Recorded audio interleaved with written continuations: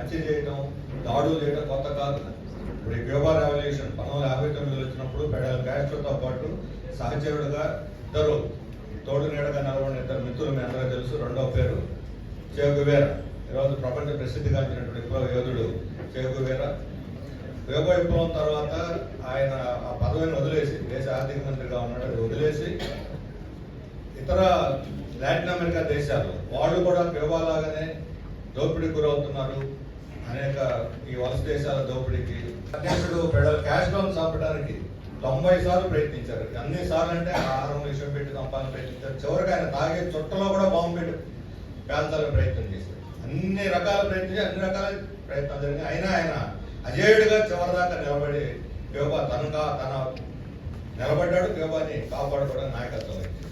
ఆ వారసత్వాన్ని ఇప్పుడున్నటువంటి పాలకులు కూడా కొనసాగిస్తున్నారు. ఆ తర్వాత సోవియట్ యూనియన్ కూలిపోయినా దాదాపు 10 దేశాల్లో లాటిన్ అమెరికాలో వామపక్ష పార్టీలు అధికారంలోకి వచ్చాయి. ఇప్పుడు కూడా మెక్సికో అమెరికా ఆనుకోని పేద దేశం, వామపక్ష అధ్యక్షుడు ఉన్నాడు.